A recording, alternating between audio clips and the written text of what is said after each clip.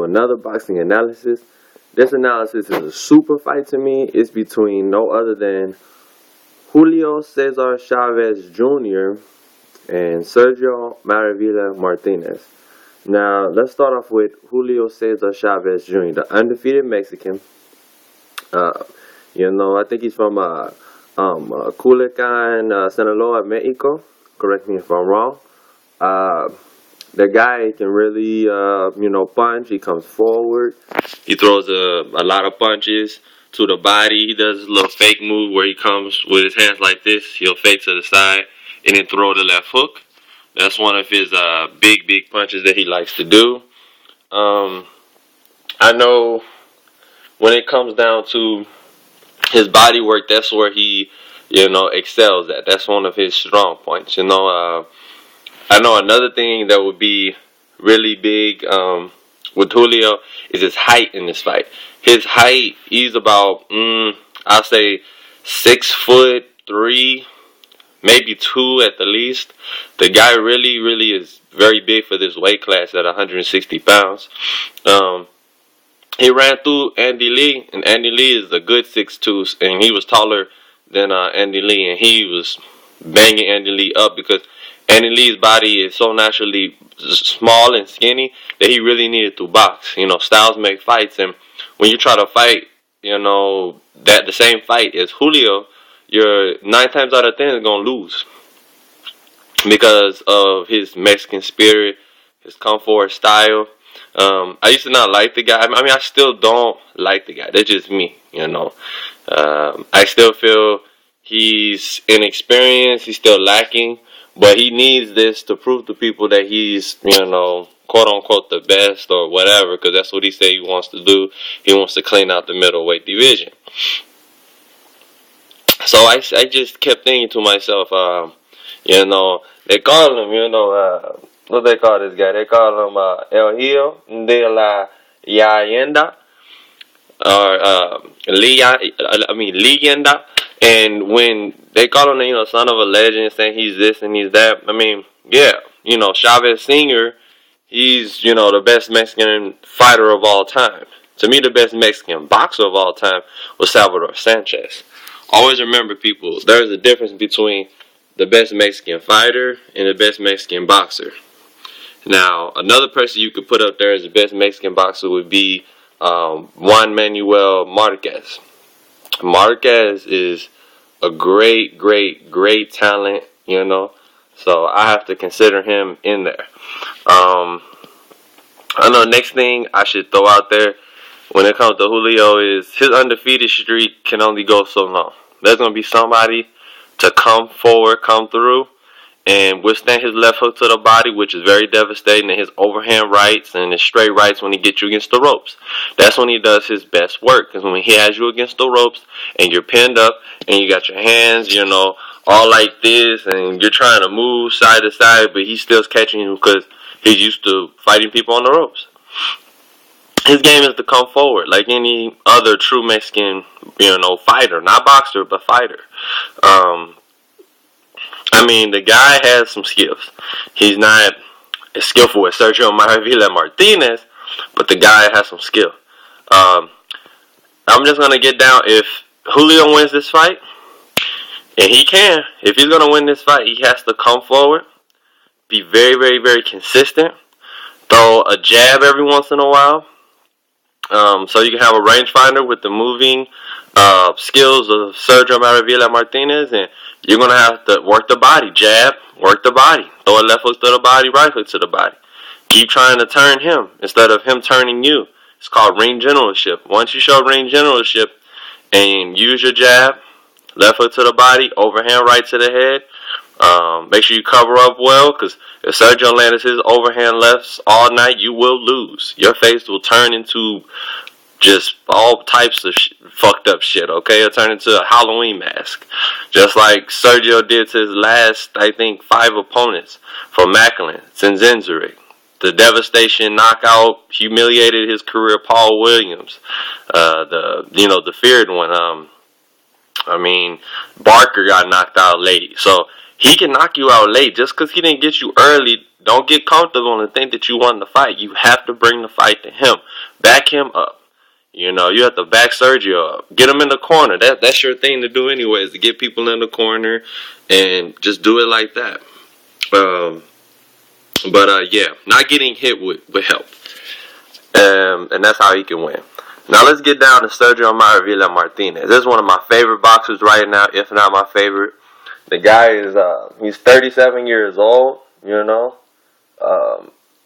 he's not what you would call the most technical boxer. He has his own style. Reminds me a little shade of Roy Jones, but his own twist to it. Kind of a little bit of Gamboa flavor, except he's in these southpaw stands, and he keeps his hands down to his side. Now, he will cover up from time to time, but Sergio Martinez loves to put on a show, makes his fans happy.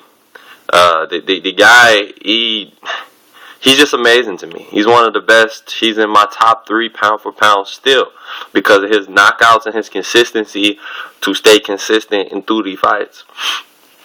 And he wants to fight everybody. He's not scared of anybody. He's not one of them people, oh man, I'm so scared. I don't know what I'm going to do if I face this fighter, that fighter. No, he's ready for anybody. All comers. So that's what I like about him. His skills, his footwork. From cycling and doing soccer, as they call it, football.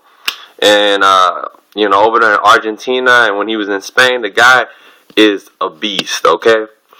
He's no Carlo Monzon yet, but at the end of his career, I'm pretty sure he will go down in the Hall of Fame. Another thing I'm going to say about Sergio that I'm really, really, really impressed with is his ability to hit and not be hit. That's a really hard thing to do, and he never gets touched up really, really bad like other fighters do. He has a great will to win. And the guy, even when he gets hit, he wants to give it back, you know. Look at the Barker fight and other fights.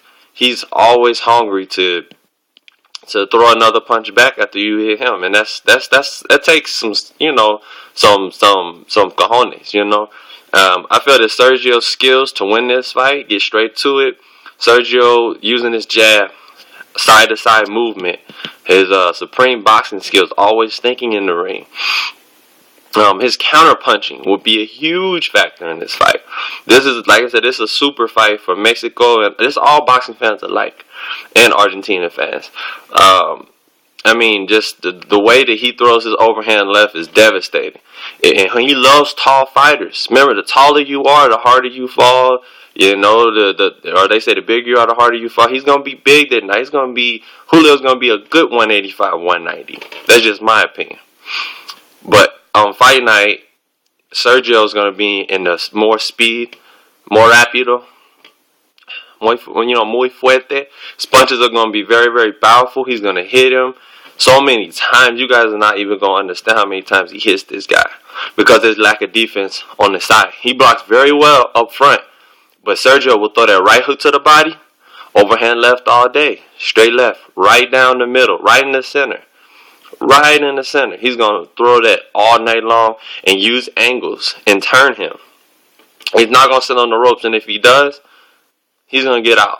You know, he'll find a way to tie up. He's smart. He's not one of these fighters that are too macho and going to think to not tie up or something. He will tie up. And I'm pretty sure he will shock the world and be the real ring TV, Ring Magazine champion and WBC champion at 160 pounds. And he will, still be king of that division. Sergio, I feel he will get, I know you guys wanted me to tell you, I feel Sergio will have either a 10th round. No. I'll say 9th round knockout. TKO knockout. It's not going to be a clean, just Julio just get knocked the fuck off. He does. I'll be very surprised. You see me making a post fight, going crazy, talking very, very loud. But if it's gonna be a knock, it's gonna be a TKO, 9th, maybe 10th. If it's early, it's because he catches him with something in the 2nd or 3rd round. That's when Sergio really wants to think and see what can he use. The first round is a fill-out round. He's probably not going to throw that many punches unless Julio tries to pressure him and push him against the ropes. If Julio starts off slow like he usually does, Sergio's just gonna take his time, box him, use that double jab, use that right hook that he has. That's one of his best punches. But I'm pretty sure he's gonna be looking for that overhand left. So look for the jab, overhand left all night long.